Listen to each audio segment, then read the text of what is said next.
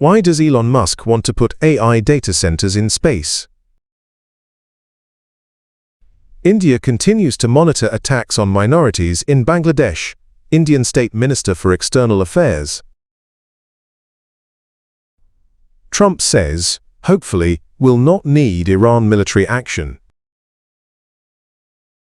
Trump says, hopefully, will not need Iran military action. Ecuador says ICE agent tried to enter consulate in Minneapolis. A proposed merger between Elon Musk's SpaceX and artificial intelligence company xAI could accelerate plans to develop space-based data centers, as Musk seeks an edge in the intensifying global AI race, according to a Reuters report. The concept involves deploying networks of solar-powered satellites in orbit to handle the heavy computing demands of advanced AI systems such as xAI's Grok. Supporters argue that operating above Earth's atmosphere could provide near-constant solar energy and reduce cooling costs, making AI computing more efficient than ground-based data centers, which are increasingly expensive to operate. However, experts caution that the technology remains at an early stage. Key challenges include the risk of space debris, exposure to cosmic radiation, high launch costs, and limited options for maintenance once hardware is in orbit. Deutsche Bank estimates that initial small-scale orbital data center deployments could begin around 2027 or 2028 to test feasibility and costs. Larger satellite constellations could follow in the 2030s if early trials prove successful.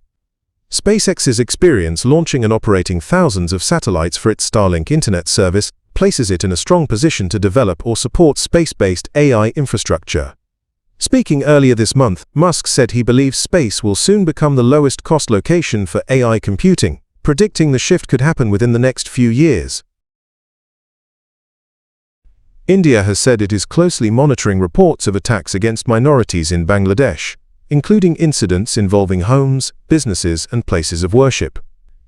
Replying to a question in the Upper House of Parliament on Wednesday, Minister of State for External Affairs Jan'26 Singh said New Delhi has repeatedly raised concerns over the safety of minorities with Bangladeshi authorities at both political and diplomatic levels.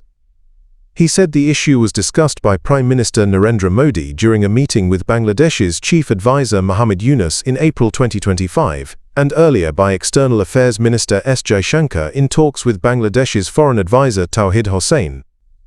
Singh added that the matter has also been raised with other international partners. He said India expects Bangladesh's interim government to fully investigate incidents of violence and ensure that those responsible for attacks on minorities are brought to justice. The minister stressed that the responsibility for protecting all citizens, including minorities, rests with the government of Bangladesh.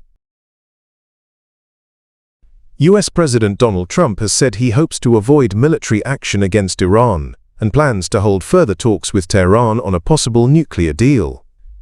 Speaking to reporters on Thursday, Trump said the United States has strengthened its military presence in the region, but stressed that he would prefer not to use force.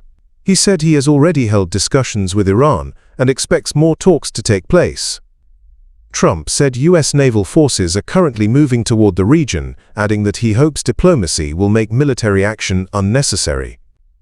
The comments signal a possible shift toward renewed negotiations, even as Washington maintains military pressure on Iran.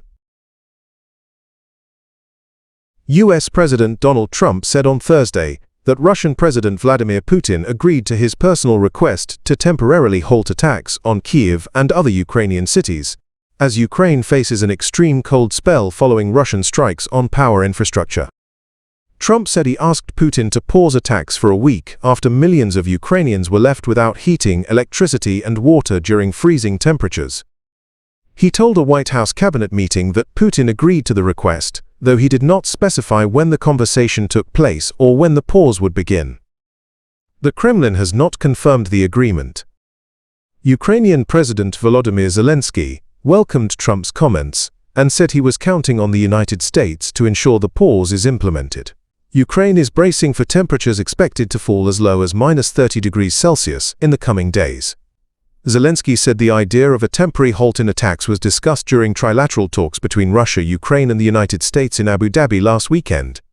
A second round of talks is scheduled to begin on Sunday, as Washington pushes for progress toward ending the war.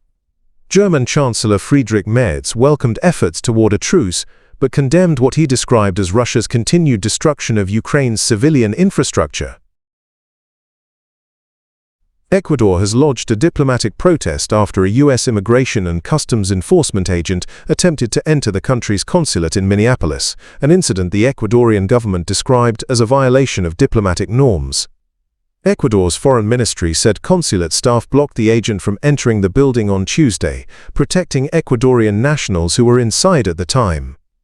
The ministry said it sent a formal note of protest to the U.S. Embassy in Quito, demanding that such incidents not be repeated. The ministry referred to the event as an attempted incursion by ICE agents into the Ecuadorian consulate. U.S. authorities have not publicly commented on the incident.